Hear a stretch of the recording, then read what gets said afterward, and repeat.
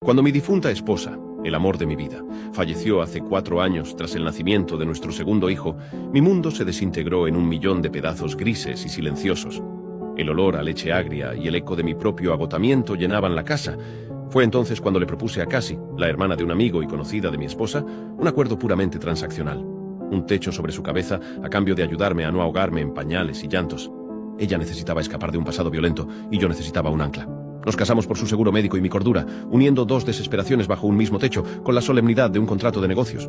El acuerdo era claro, una línea trazada en la arena. Seríamos una familia en apariencia, pero nuestros corazones permanecerían en habitaciones separadas. Poco a poco, el silencio gris de la casa empezó a tener color. Cassie no solo limpiaba, transformaba. El aroma a pan horneado por la madrugada, su trabajo de medio tiempo, reemplazó el olor a tristeza. La risa de mis hijos, Leo de 6 y Sam de 4, volvió a rebotar en las paredes. Ella no intentó borrar a su madre. Al contrario, la mantenía viva. A mamá le encantaba cómo te ríes así, Leo, le decía, mostrándole una foto. Yo la observaba desde la puerta de la cocina, sintiendo una gratitud tan inmensa que dolía, una calidez que se sentía como una traición. Me repetía a mí mismo que era solo por los niños, que mi corazón estaba enterrado a 2 metros bajo tierra junto a mi esposa, pero la mentira comenzaba a sentirse delgada y frágil. El punto de quiebre llegó una noche de martes. El estrés del trabajo, una llamada perdida de la escuela, todo se acumuló en una montaña de frustración. Cassie había olvidado comprar leche, y yo estallé. Le grité por algo tan trivial, viendo cómo su rostro se contraía, no con ira, sino con un miedo que me recordó por qué había buscado refugio en mi casa. El arrepentimiento fue instantáneo y corrosivo. Me disculpé torpemente, esperando un reproche. En su lugar, ella simplemente tocó mi brazo. «Estás cansado», dijo en voz baja, su tacto enviando una descarga eléctrica que no tenía nada que ver con nuestro acuerdo. En ese momento, bajo la luz fluorescente de la cocina, la vi. No como una empleada, ni como una amiga de mi esposa, sino como la mujer que estaba manteniendo unido mi universo. Y el pánico que sentí fue puro y absoluto terror.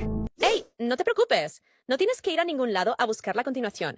Lo único que te pedimos a cambio es que toques 2 veces la pantalla y le piques al botón de seguir. Ahora sí, vamos con la parte 2. Después de esa noche, el aire entre nosotros cambió. Empecé a notar cosas que mi luto autoimpuesto me había impedido ver. La forma en que se mordía el labio inferior cuando se concentraba en un libro, el lunar justo debajo de su oreja izquierda, o cómo tarareaba una vieja canción de cuna mientras doblaba la ropa. Cada detalle era una nueva grieta en la fortaleza que había construido alrededor de mi corazón. ¿Te gusta?, Drenia me preguntó un día, sirviéndome estofado. El aroma llenó la cocina, un olor a hogar que ya no podía atribuir solo a la conveniencia. «Sí, gracias», logré decir, pero lo que mi cerebro gritaba era «me gustas tú, me aterra cuánto me gustas». Me sentía como un ladrón, robando momentos de felicidad que sentía que no me pertenecían, profanando un recuerdo sagrado con cada latido acelerado que ella provocaba. La calma se rompió cuando su pasado llamó a la puerta, literalmente. Un mensaje de texto de un número desconocido apareció en su teléfono, que había dejado en el mostrador. Era él, su ex. «Sé dónde vives». No pensé, solo reaccioné.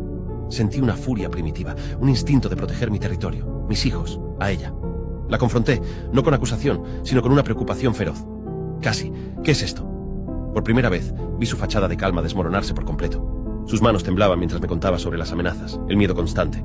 Hablamos durante horas, y la línea entre protector y protegido, entre esposo de papel y hombre, se borró por completo. Me di cuenta de que la idea de que alguien le hiciera daño era tan insoportable como perder a mi primera esposa de nuevo. Una semana después, intentando traer algo de luz de vuelta a sus ojos, llegué a casa con un ramo de sus flores favoritas, unas sencillas margaritas. Sus ojos se abrieron con sorpresa. Luego se llenaron de una emoción que no pude descifrar. Me dio las gracias, su voz apenas un susurro. Se acercó y por un instante pensé que me daría un abrazo como los muchos que habíamos compartido. Pero no lo hizo. Se puso de puntillas y presionó sus labios contra los míos. Fue un beso rápido, casi casto, pero que incendió cada terminación nerviosa de mi cuerpo. Se apartó de inmediato, con las mejillas sonrojadas, y se apresuró a poner las flores en agua como si nada hubiera pasado. Pero todo había pasado. El pacto estaba roto, las reglas pulverizadas. Tenía que hablar. O la verdad me consumiría desde dentro. Reservé una mesa en Lucas, un pequeño italiano que ella adoraba, para esa misma noche. Le dije a mi cuñada que era nuestro aniversario de mentira y necesitaba que cuidara a los niños. El viaje en coche fue un silencio denso y pesado. Podía sentir su nerviosismo vibrando en el asiento del copiloto. En el restaurante pidió una copa de vino, algo que rara vez hacía desde su pasado. La conversación fue forzada. Hablamos del tiempo, de las notas de Leo, de cualquier cosa que no fuera el beso que flotaba entre nosotros como un fantasma. Cada bocado de pasta se sentía como ceniza en mi boca. «Dilo ya», me gritaba una voz interna. «Arruínalo todo, cobarde», susurraba otra. Vi mi reflejo en la ventana y apenas reconocí al hombre aterrorizado que me devolvía la mirada. Cuando el camarero se llevó los platos principales, tomé una respiración profunda que pareció absorber todo el oxígeno de la habitación. «Cassie», empecé, y su mirada se clavó en la mía. No puedo seguir con esto. Vi el pánico en sus ojos y me apresuré a continuar. No puedo seguir fingiendo que nuestro acuerdo es solo un acuerdo. Me he enamorado de ti. Sé que esto no es lo que firmamos, y si quieres irte, lo entenderé. Te ayudaré a establecerte, a pagar la escuela, lo que sea.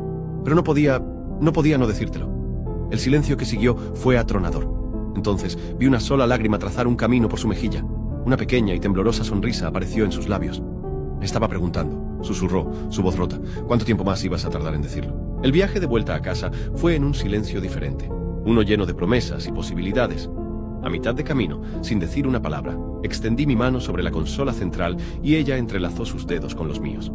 Fue el primer contacto que no se sintió como una transgresión, sino como un destino. En casa, después de asegurarnos de que los niños dormían, nos quedamos de pie en el salón. La foto de mi difunta esposa estaba en la repisa de la chimenea, sonriendo. No sentí una punzada de culpa, sino una extraña sensación de gratitud y paz, como si me diera su bendición. Miré a Cassie, a esta mujer increíble que había reconstruido mi familia, y sin darme cuenta, también a mí. No era un reemplazo, era un nuevo comienzo. Y por primera vez en 4 años, me sentí completamente en casa.